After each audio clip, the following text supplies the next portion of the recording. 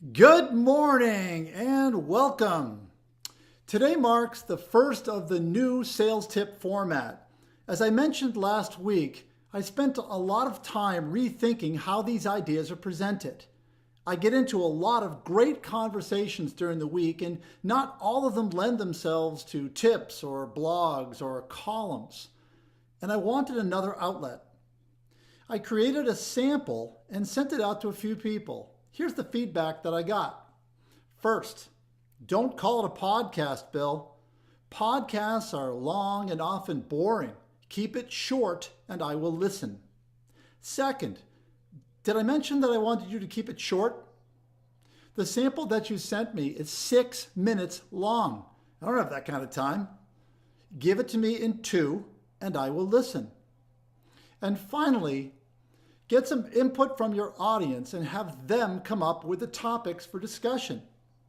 So, this is how things are going to work. I will keep this information sales related and will base it on both the customer conversations that I have and anything you all want to talk about. As for the length, what I'm going to try initially is to give you the essence, the bullet points, if you will, of the point that I'm trying to make quickly and up front. The short attention span crowd can sign off at that point, but then I'm going to circle back and go into greater detail. If you've got time and interest, keep listening. One final difference that you might notice. These new tips will be unscripted. Did you ever notice that there were no hesitations or verbal errors in the old tip format, including this one? Well, if you go back and look again, see if you can notice the earbud that was in my left ear.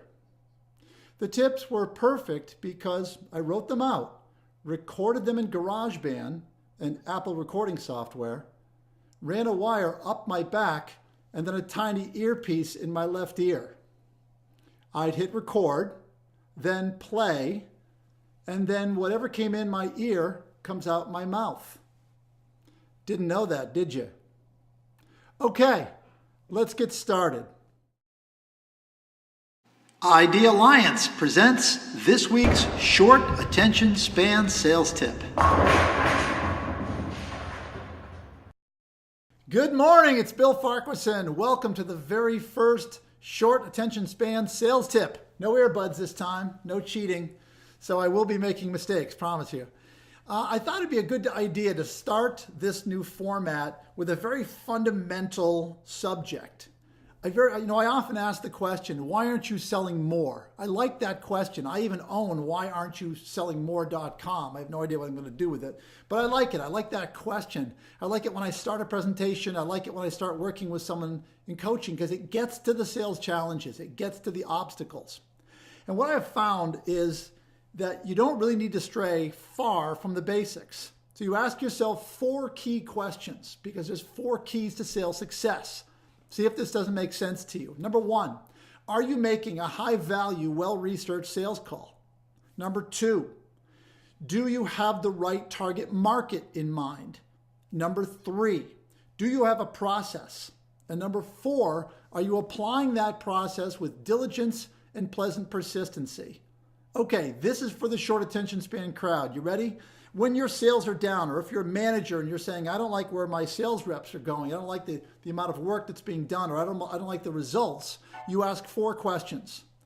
Number 1, am I making a high value call? Number 2, do I have the right target market? Number 3, am I using a process? Number 4, am I applying it with diligence? If you answer those questions, yes, yes, yes, and yes, your success is inevitable. Inevitable. It's just a matter of time. Everything that happens to you in sales is going to happen again. So I don't care how long you've been selling. You're going to have high highs and low lows. And when you're down here in the low lows, you ask yourself those 4 questions because I promise you the reason why you're not selling more is in one or more of those things.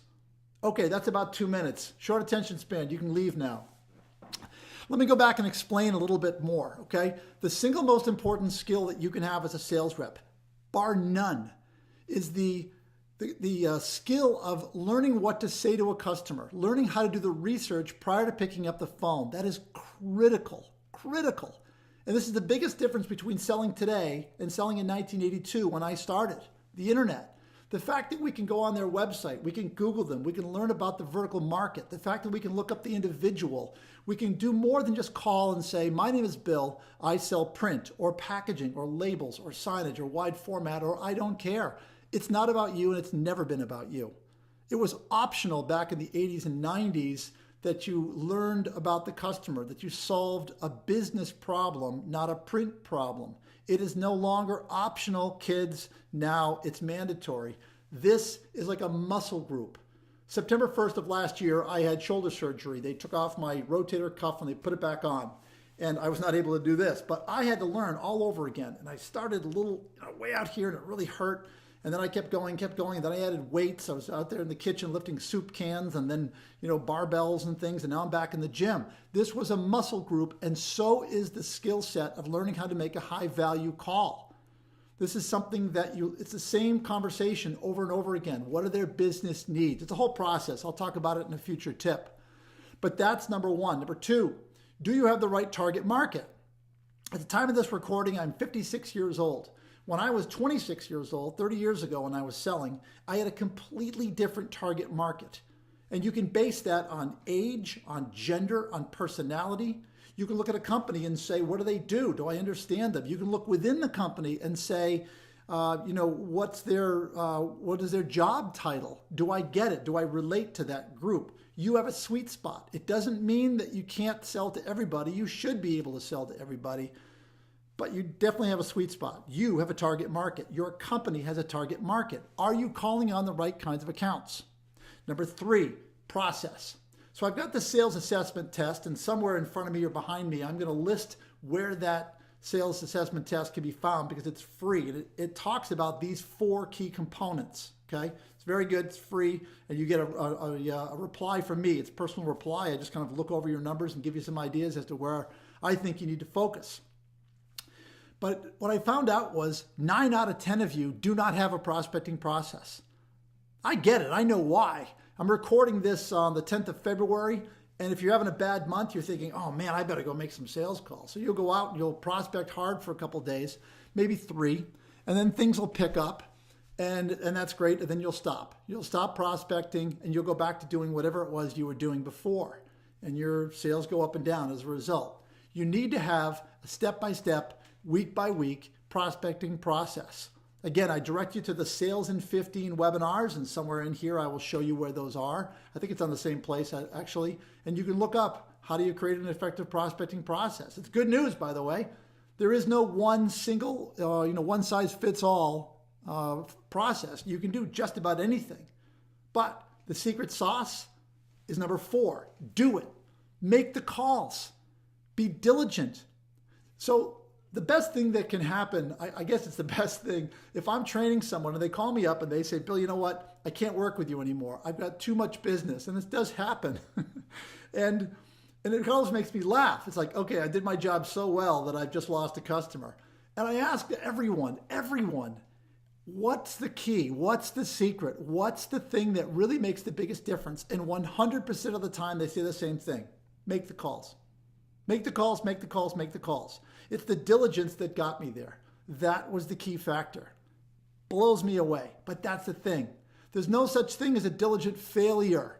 I've never coached one. I've trained thousands of salespeople in all the graphic arts. I've trained owners, selling owners, managers. And I got to tell you, not everybody has the sales gene. I was told all my life to go into sales. They said, Bill, with that mouth, are you kidding? Go into sales. And not everybody has the ability, not everybody has that thought process, that drive, that instinct, that gene. But the people who are successful because they work harder than others, those are the ones that have my deep respect.